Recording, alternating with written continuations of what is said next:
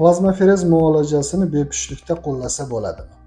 Xo'p, har bir savolga to'g'ri yondashish kerak bo'ladi. To'g'ridan-to'g'ri bepushtlarga plazmaferez qilsa homilador bo'lib qoladi degan tushuncha yo'q. Lekin ginekologingiz bilan maslahatlashib ko'rsangiz, ginekologiyada shunaqa kasalliklar borki, ya'ni bu gematolog bilan birgalikda olib boriladigan kasalliklar bor. Qondagi ayrim o'zgarishlarda ginekologga savol berib ko'rsangiz, ginekologingiz biladi albatta. O'sha kasallik agar sizda qo'yilsa, sizda tasdiqlansa, klinikamizga murojaat qilishingiz mumkin. Bemalol plazmaferez muolajasini olganingizdan keyin bu kasalligingiz bartaraf bo'ladi. Ya'ni ayollarda qon kasalliklarining ayrim turlari mavjud. Buni ginekologlarimiz va gematologlarimiz yaxshi bilishadi.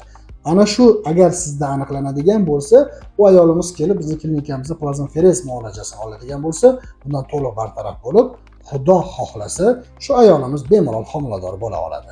Bizning klinikamizga murojaat qilib, ginekologimiz, gematologimizdan bu maslahatni ham olsangiz bo'ladi.